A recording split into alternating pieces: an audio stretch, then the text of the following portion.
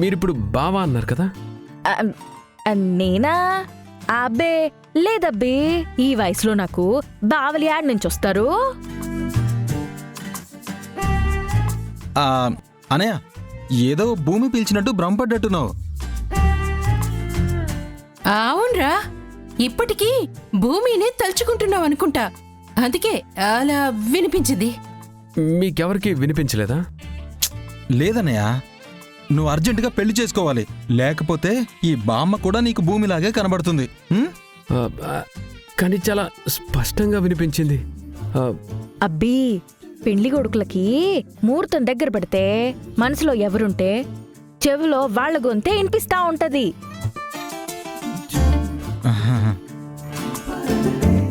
సరే సరే పురి, నువ్వు వెళ్ళి రెడీ అవ్వమ్మా.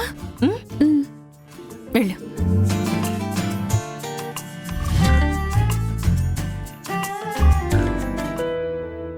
బామ్మ, చాలా థ్యాంక్స్ బామ్మ. మా కోసం ఇంత దూరం వచ్చి ఈరోజు మా చెల్లిని కాపాడావు. నీ ఉపకారం నేనెప్పుడు మర్చిపోను. చల్లగా ఉండబ్బీ, నువ్వు నవ్వుతూ ఉంటే అదే చాలు. అంతకంటే ఈ బామ్మకి ఇంకేం కావాలా? అనయ్య, నేను ఇందాకటి నుంచి పంతులు గారు పిలుస్తున్నారు, వెళ్ళొకసారి పలకరించిరాపో. వెళ్ళు. Thank you so much. అమ్మా రా. వెళ్ళన్నయ్య, వెళ్ళు. అమ్మయ్యా. భూమి, ఏంటమ్మా ఇది? ఈ వేషం ఏంటి? ఇక్కడికి ఎందుకు వచ్చావు? మరేం చేయమంటారు అత్తయ్య? బావ వచ్చి నిన్ను వదులుకోలేను అంటున్నాడు. అదే టైంలో పూరి కోసం ఈ పెళ్లి చేసుకోక తప్పదు అంటున్నాడు. ఆ మాట విన్నాక నేనెలా ఊరుకుంటాను? ఈ పెళ్లి జరిగిపోతే నేను బ్రతికున్నా కూడా చచ్చినట్టే అత్తయ్య.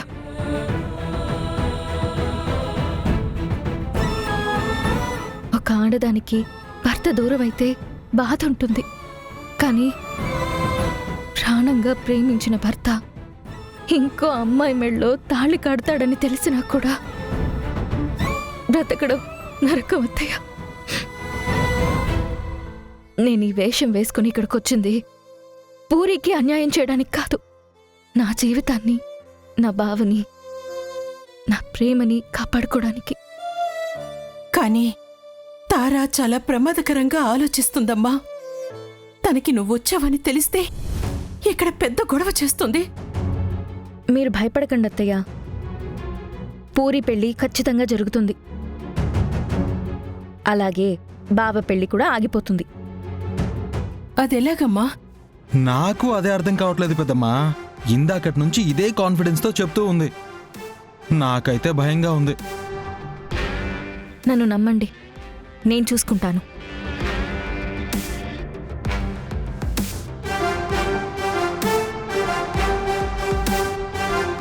భూమి ఏ ధైర్యంతో ఇలా మాట్లాడుతుందో నాకు అర్థం కావట్లేదు చెర్రీ.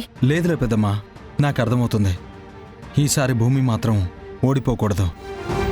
ఇప్పటికే చాలా బాధపడింది. నిజంగానే భూమి అనుకున్నట్టు జరిగి పూరి పెళ్లి ఆగిపోయి అన్నయ్య పెళ్లి ఆగిపోతే దానికన్నా మనకు కావాల్సిందేముంది?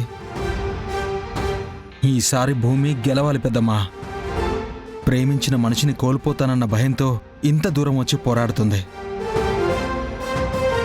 పెద్దమ్మా, వీలైతే మనం కూడా హెల్ప్ చేద్దాం. పద పెద్దమ్మా.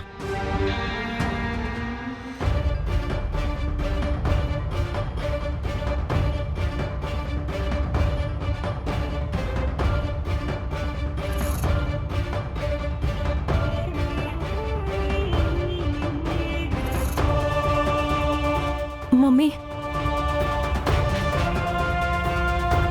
నక్షత్ర, నక్షత్ర, ఏంటి ఇక్కడికొచ్చావు?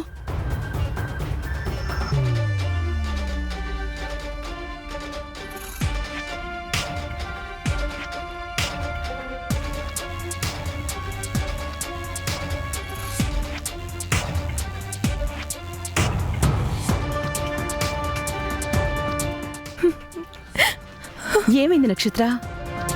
ఎందుకు ఏడుస్తున్నావు? నో, నువ్వెవరో మర్చిపోతున్నావు. నువ్వు ఈ అపూర్వ కూతురువి. నీ నోటి నుంచి చావాలి అనే మాట రాకూడదు. ఎదుటి వాళ్ళని ఎలా చావు దెబ్బ కొట్టాలి అనే ఆలోచన రావాలి.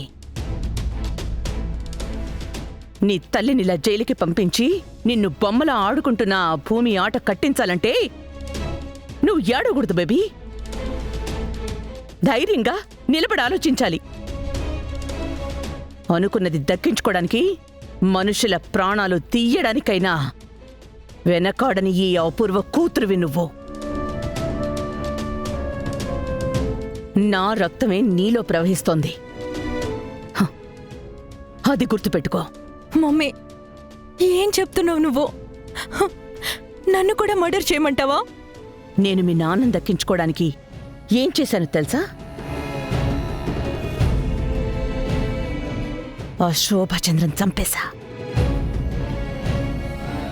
ఎందుకంటే నాకో విషయం బాగా తెలుసు నక్షత్ర. ఈ ప్రపంచంలో మనం కోరుకున్నది మంచైనా ఎవ్వరూ వినరు. లాక్కోవాలి, అడ్డొస్తే తొక్కేయాలి. చెప్పు, ఇప్పుడు నీ జీవితానికి అడ్డుగా ఉన్నది ఎవరు? ఆ చెర్రీ. హా? నీ జీవితాన్ని నరకం చేస్తోందెవరు? ఓ భూమి. కరెక్ట్. అయితే వాళ్ళని చూస్తూ ఏడుస్తావా? లేక నీ బతుకు కోసం నువ్వు యుద్ధం చేస్తావా? గుర్తుపెట్టుకో నక్షత్ర, పిరికి వాళ్లే కన్నీళ్లు కారుస్తారు. అపూర్వలాంటి వాళ్ళు ఎదుటి వాళ్ల రక్తం కళ్ళ చూస్తారు.